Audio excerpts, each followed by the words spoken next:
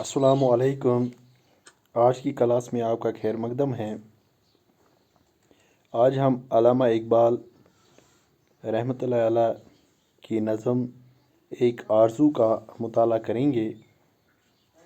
تو غزل کا مطالعہ کرنے سے پہلے میں یہ مناسب سمجھتا ہوں کہ علامہ اقبال رحمۃ اللہ علیہ کی زندگی کے متعلق اور ان کی شاعری اور ان کی نظموں کے متعلق آپ کو جانکاری دوں۔ علامہ اقبال ان کی ولادت یعنی پیدائش 8 نومبر 1877 کو سیالکوٹ پاکستان میں ہوئی اور ان کی وفات 1938 میں لاہور پاکستان میں ہوئی۔ اقبال کی ابتدائی تعلیم مکتبے میں ہوئی، پھر انگریزی کے لیے اسکول میں داخلہ لیا۔ اپنے استاد اپنے ساتھ والوں میں ہمیشہ ممتاز رہے۔ مشن کالج میں ان کو پہلے استاد میر حسن ملے۔ ایم اے کے امتحان میں یونیورسٹی بھر میں اول آئے۔ طالب علمی کے زمانے میں اقبال پر سب سے زیادہ گہرا اثر عربی اور فارسی کے مقبول عالم میر حسن اور فلسفے کے مشہور پروفیسر آرنالڈ کا رہا۔ اقبال طالب علمی کے زمانے سے ہی شعر کہنے لگے۔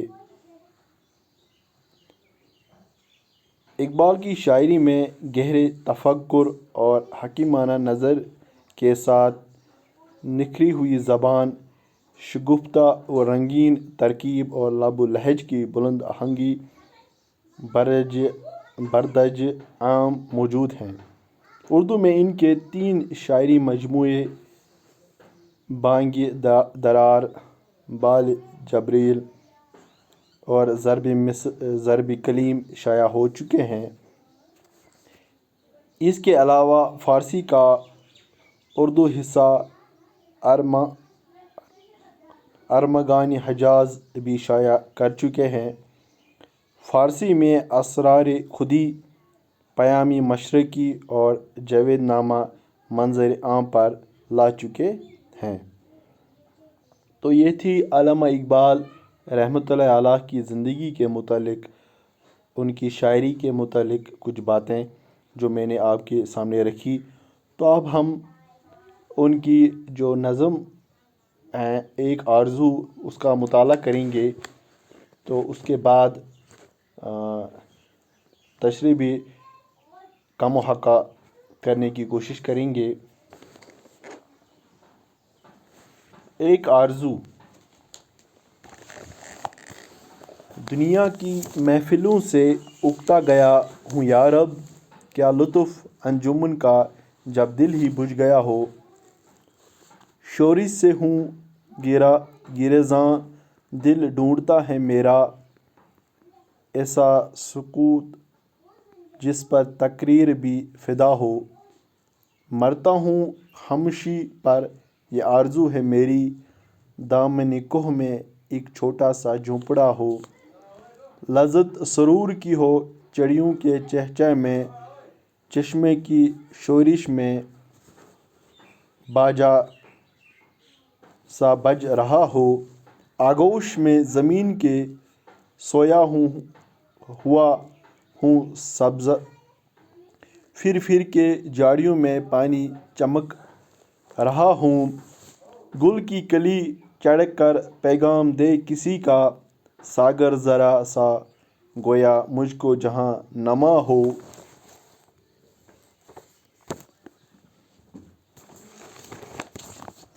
صف باندھے دونوں جانب بوڑے ہرے ہرے ہوں، ندی کا صاف پانی تصویر لے رہا ہو دل فریب ایسا کوثر کا نظارہ، پانی بھی موج بن کر اٹھ اٹھ کے دیکھتا ہو۔ مہندی لگائے سورج جب شام کی دلہن کو، سرخی لیے سنہری ہر پھول کی قبا ہو۔ راتوں کو چلنے والے رہ جائے تھک کے جس دم، امید ان کی میرا ٹوٹا ہوا دیا ہو۔ پچھلے پہر کی کوئل وہ صبح کی موذن، میں اس کا ہم نوا ہوں وہ میری ہم نوا ہو۔ کانوں پہ ہو نہ میرے دیر و حرم کا احساس، روزن ہی جھونپڑی کا مجھ کو سحر نما ہو۔ پھولوں کو آئے جس دم شبنم وضو کرانے، رونا میرا وضو ہو نالہ میرا دعا ہو۔ دل کھول کر بہاؤں اپنے وطن پہ آنسو، سرسبز جن کی نم سے بوٹا امید کا ہو۔ اس خاموشی میں جائے اتنے بلند نالے، تاروں کے قافلے کو میری صدا درار ہو۔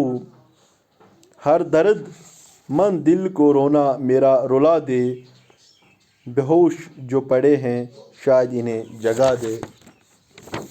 تو یہ تھی علامہ اقبال کی نظم ایک آرزو کا مطالعہ۔ تو تھوڑا بہت میں آج اس نظم کا خلاصہ آپ کے سامنے رکھوں گا۔ نظم ایک آرزو علامہ اقبال کی ایک مشہور اور خوبصورت نظم ہے، جو ہر دور بلکہ آج بھی شوقین اشخاص کی زبان زرد ہے۔ علامہ اقبال پر ایک کیفیت طاری ہوئی جس میں انہوں نے اپنی ایک آرزو اظہار کرتے ہوئے یہ نظم لکھی ہے۔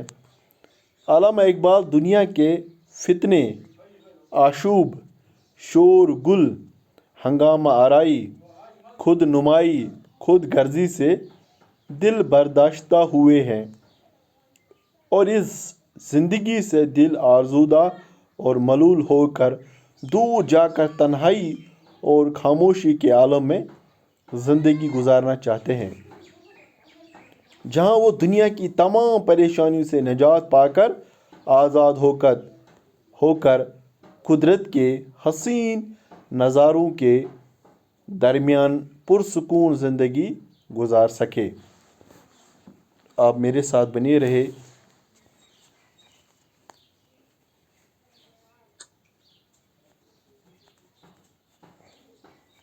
تھوڑا بہت آپ انتظار کریں۔